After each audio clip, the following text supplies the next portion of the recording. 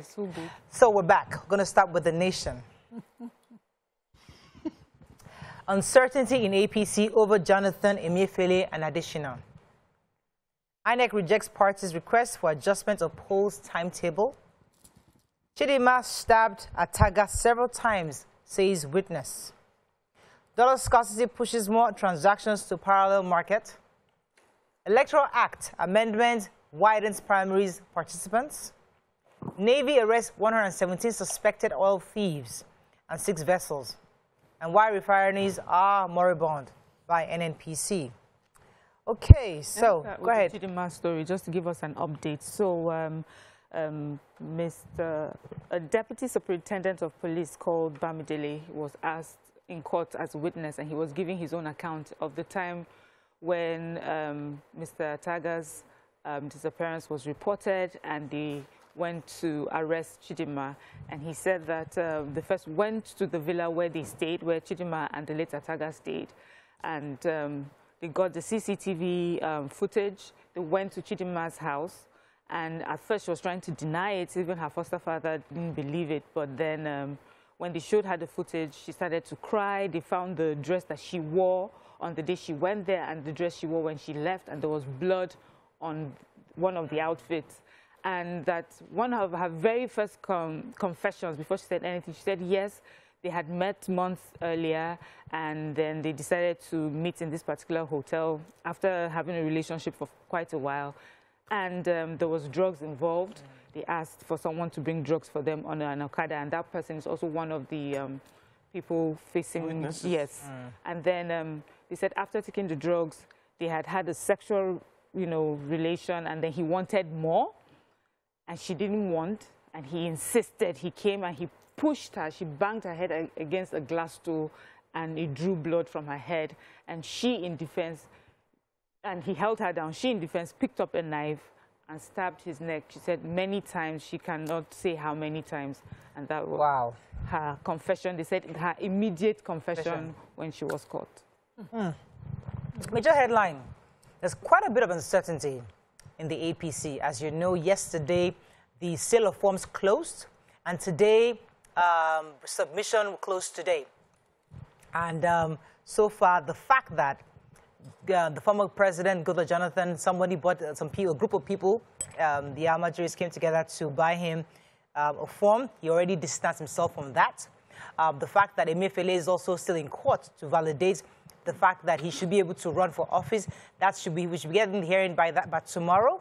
And then the third person that is uncertainty over is the African Development Bank president. He's yet to respond or confirm the fact that they bought a form for him. He's missing in action for now. So that uncertainty obviously is quite a problem for quite a number of them. There are about 26 of them confirmed within the APC party. And there are new guys. More people have joined Jamboree. Lawan has also joined. We'll talk about that a bit later in the different paper, but that's the unsettling part, that the major headline in the nation. Okay, another story. The Electoral Act. Yes. So yesterday, in a very speedy manner, the Senate amended Section 84, Sub 8 of the Electoral Act, which initially, prevented or, in a way, stopped what they call statutory delegates. So statutory delegates are all elected members of a particular party from partaking in their primary. So the president, the vice president, Senate members, House of Assembly members, chairman, and all of those are statutory delegates. So statutorily, they have their roles in elections. And the Electoral Act, provided a section that sort of, I consider, discriminatory to them, because even though they've been elected already, they're still members of that party, and so should be able to decide in the primaries. And now the Deputy Senate President moved this bill for the amendment, which now says parties, let me read it clearly, it says now, a political party that adopts the system of indirect primaries for the choice of its candidates shall clearly outline in its constitution rules and procedure for the democratic election of delegates to vote at the convention. So it's now the decision of party members of the party to decide how and who will not partake in the, so that was what was moved. Okay, let's move on quickly now to the Punch. Major headline: Jonathan's backers seek consensus. Southern APC aspirants disagree. INEC insists on June 3rd as 18 parties demand primaries deadline extension. Nigerian paper mills collapse, imports hit 297 billion naira in 6 months. Businesswoman Olympian of football trial fraud accuses Olympian of football trial fraud and lawyer denies claim. Akeredolu plans 350 additional men operational vehicles for Amotekun. Obasanjo Adebanjo support Southeast presidency, says Ohaneze. Telcos propose tax review, others to avert the 40% tariff hike. Refineries, reps kick as Kyari keeps mum on oil swap deal. FG ASU resume talks on Monday. Students continue protests. Okay, which story, YK? I was going to check the Jonathan story. In the major headline, go ahead. Major headline, yes. Yeah. While he was denying, One side of the forms, the Almajiri forms. No, I don't want the form.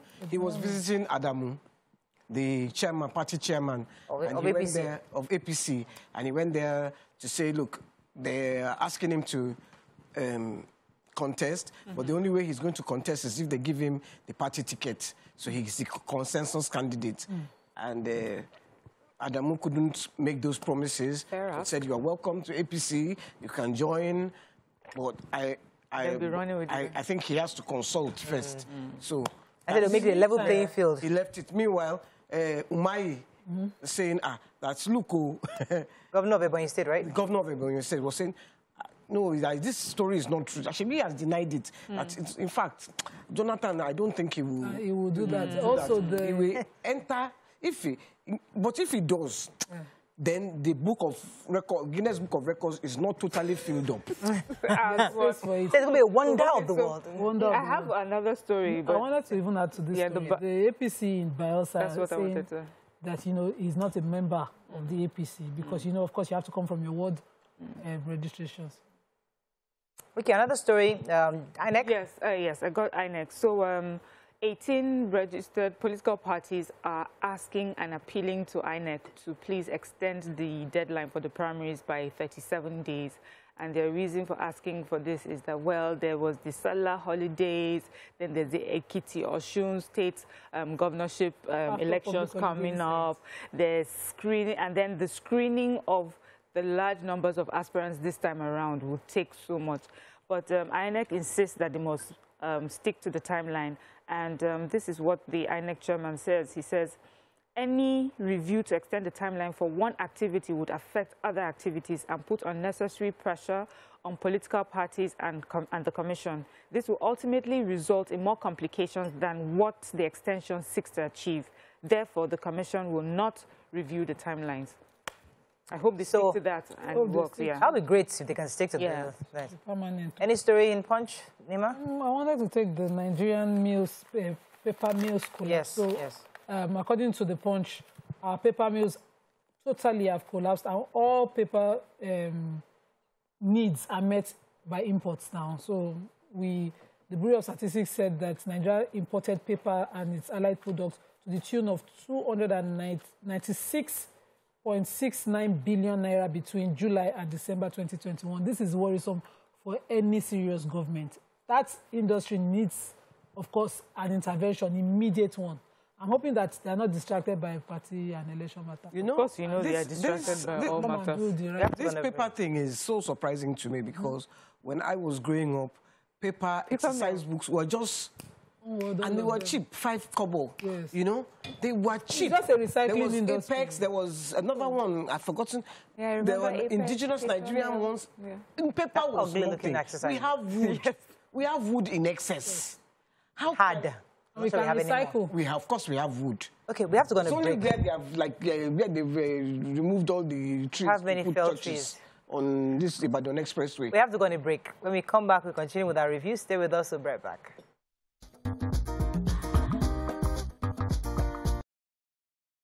Stay tuned. Your View will be right back.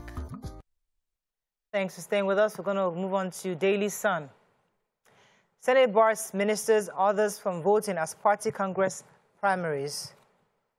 Sex tape. Lagos police arraign 4 Christian school teachers. Basic education Carlos bill gets Senate nod. Scales first reading. 2023 presidency, number of aspirants from Southwest and South-South, betrayal of Southeast, says Umahi. NANS issues federal government ASUD 9-day ultimatum to open public universities. Emefiele's presidential interest raises dust in INEC. And court nullifies AGF sale disposal of recorded assets.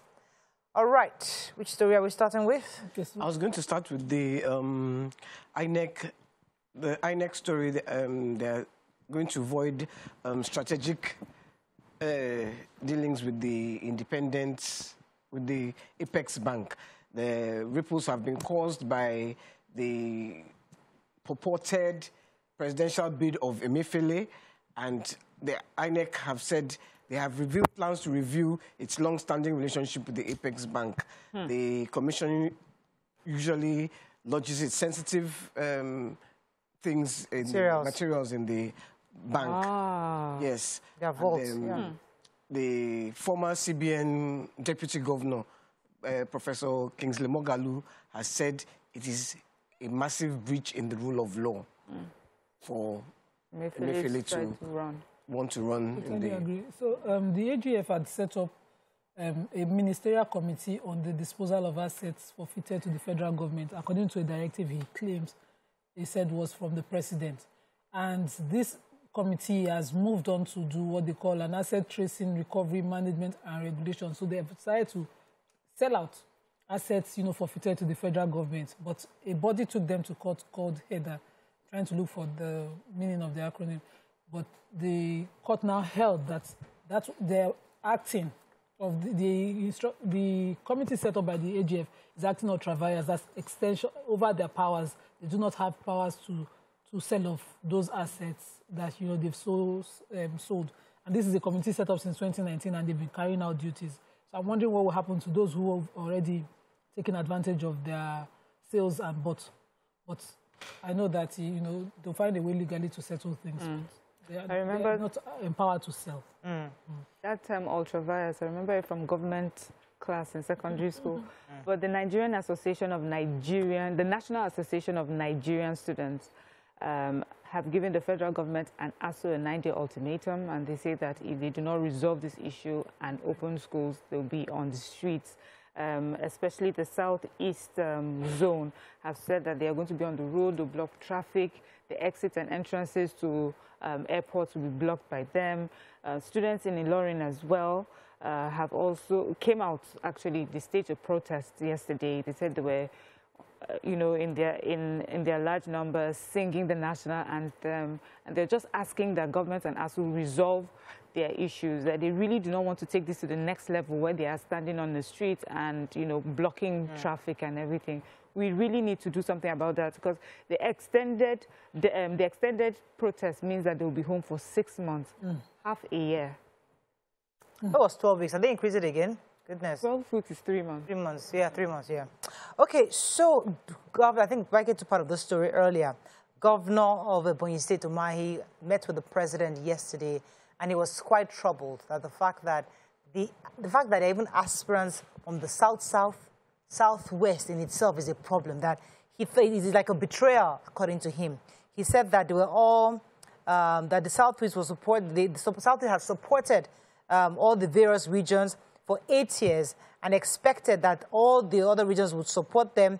But it's quite unfortunate that, that I wouldn't know how anybody else outside the Southeast and maybe the Northeast will be talking about equity and fairness and justice if such a person is also contesting for the presidency. So for him, it's quite a betrayal for any other person outside from the Southeast to be running for president at this time, especially because they had actually shown extensive support to all the other zones during the other presidential elections. But I think they didn't put it neatly. I think that the Southeast should be very clear. I cannot understand why Ekalu would, I think they've been very clear from the beginning. Drop his ambitions. No, there are quite a few others. They have been making... They've been raising awareness on their agitations and all of that. Now. But a clear political move on who's next was not clear. It was not. Kalu, I think, was more like an ultimatum. Listen, if you cannot zone to the southeast, then there's no point. I'm going to step down. No, he didn't step down. There's no general agreement. They were zoning. He stepped down when I think Lawan that and said he wants to support him.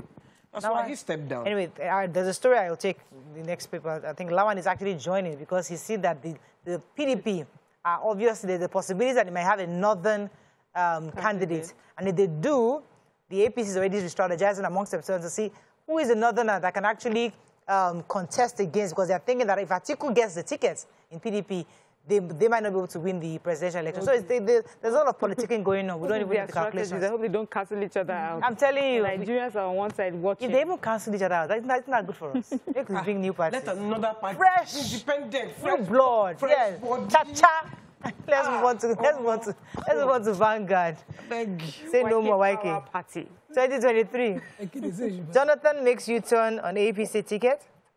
2023 presidency should go to the southeast, says Obasanjo and Falaye. Court notifies AGS committee on sales disposal of recovered assets. Petrol marketers hint of impending crisis in fuel supply. Party primaries, Senate amends Electoral Act to allow President and National Assembly governors and others to vote. Christian school, 4 Christian teachers docked for allegedly concealing sex video.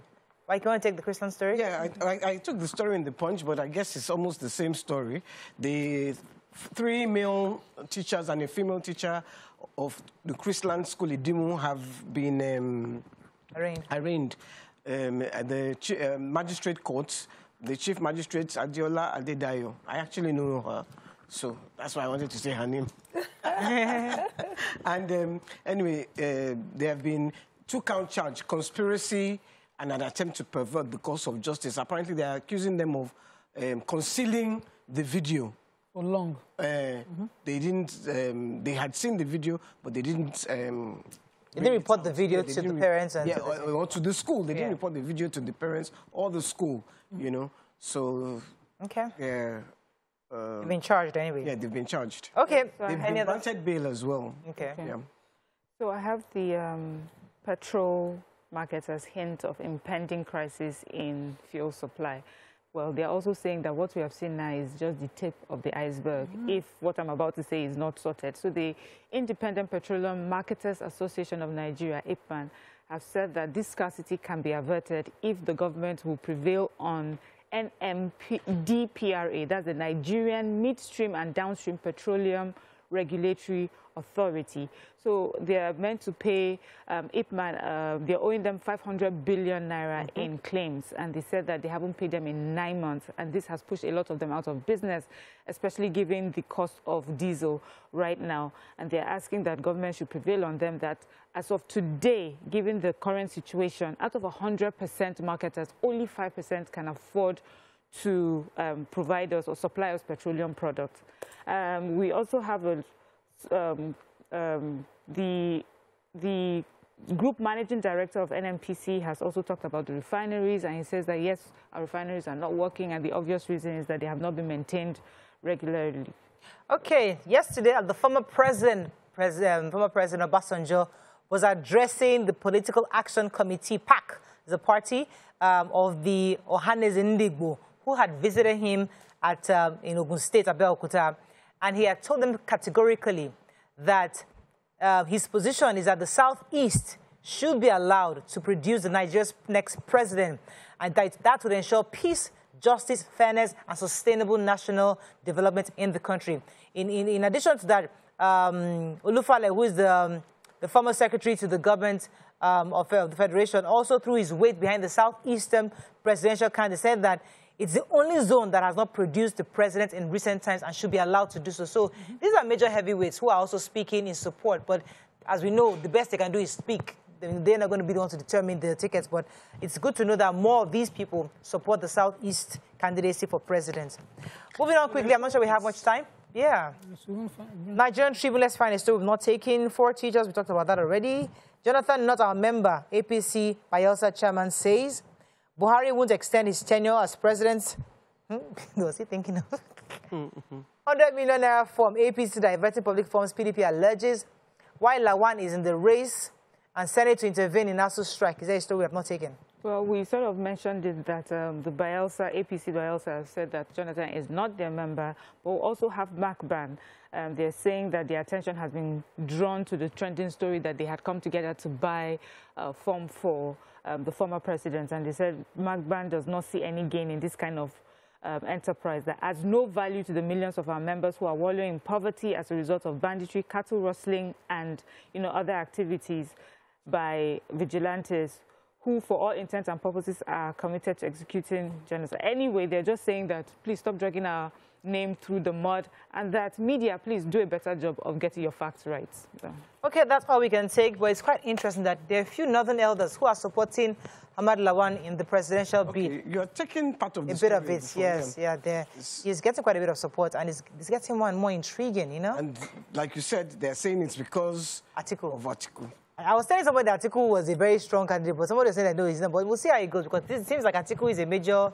He's the guy to beat in the PDP. The primaries. Primaries for PDP, yeah. Yeah, but I'm just wondering, when these people, they keep going for presidency, they keep losing. They keep losing, and they keep coming back. I mean, take a back seat. They don't take back seats. They will still come back again. And when they come now, when they win, something they know. Will not be looking. But there's something they know that we don't know. The attitude of a winner that you want. You want someone who would never give up. Feel 10 times, feel 100 times. Please. I mean, that has to They tell us, what's the Einstein story they tell us all the time? Yeah. That he kept trying to 1,000 times and he finally. Yeah. So they tell us that in all this motivational stuff. And they also have an example of the current president who tried many times. I know, what is the problem? We gotta go. What has happened? We're all against him. I am for nobody, I am for everybody. He has said that. Let us go on a break. Wait, did you not vote for him? We'll see after the break. Stay with us.